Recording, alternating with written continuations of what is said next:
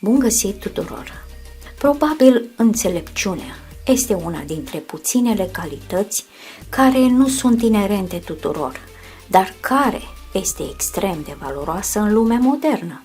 Nu fiecare persoană o dobândește de-a lungul vieții, pentru că pentru aceasta este necesar să analizăm situațiile, să le putem privi în mod obiectiv, să le evaluăm și să ne înțelegem propriul comportament și reacțiile emoționale și atunci este de asemenea important să tragem concluziile corecte.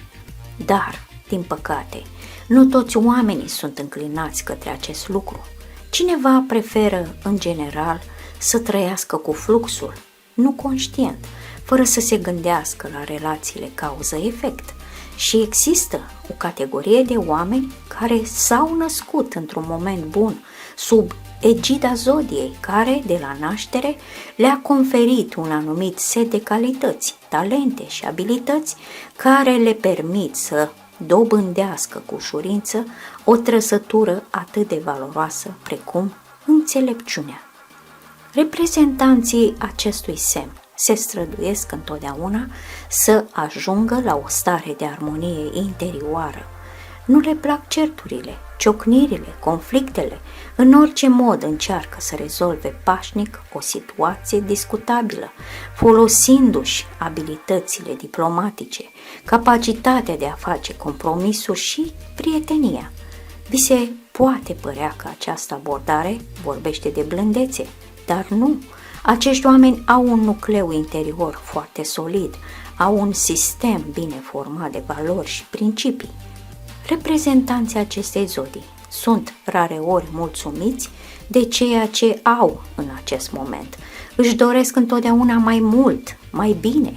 Această abordare îi face să meargă neobosit înainte, atingând de fiecare dată noi obiective. Abilități analitice excelente, logică puternică, abilitatea de a privi situația din toate părțile și de a lua locul adversarului. Acesta este ceea ce îi ajută să evalueze corect situația, să profite la maximum de ea și astfel să obțină succesul. De asemenea, respectă legea și au un simț sporit al dreptății. Ei bine, cred că mulți au ghicit deja despre ce semn al zodiacului este vorba. Dacă nu, ascultați, vă rog, mai departe. Acești oameni se străduiesc întotdeauna să obțină mai mult. Reprezentanții acestui semn sunt sociabili, fermecători, au adesea un aspect atractiv din fire, au bun gust, imaginație dezvoltată și abilități artistice. Au tendința de a dedica mult timp apariției lor. Acești oameni sunt foarte selectivi în comunicare. Nu vor contacta niciodată pe nimeni. Cercul lor apropiat este atent selectat, nu există loc în el pentru persoanele care nu îndeplinesc anumite criterii.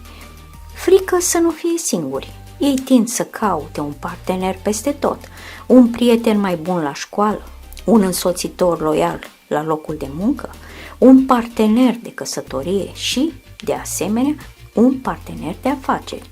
Doar un parteneriat bun este sarcina principală a vieților desemnată de univers.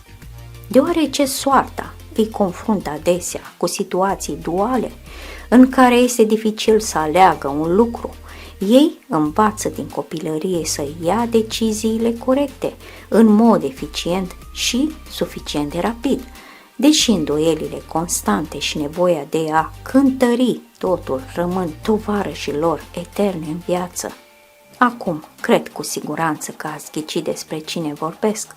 Acesta este cel mai sociabil semn al întregului cerc zodiacal, cu un nivel scăzut de dezvoltare a valorilor morale și etice. Reprezentanții acestui semn sunt predispuși la bârfe, intrigi și jocuri sub acoperire. Ei sunt avocații diavolului excelenți, deoarece pot justifica orice rău pentru ei înșiși, ajung cu ușurință la un acord cu conștiința lor. Trebuie să vă reamintesc că este foarte important ca acești oameni să aibă un sistem solid de valori și să diferențieze clar pentru ei înșiși ceea ce este bine și ceea ce este rău. Și acum, după toate acestea, cu siguranță ați ghicit că este vorba despre balanță.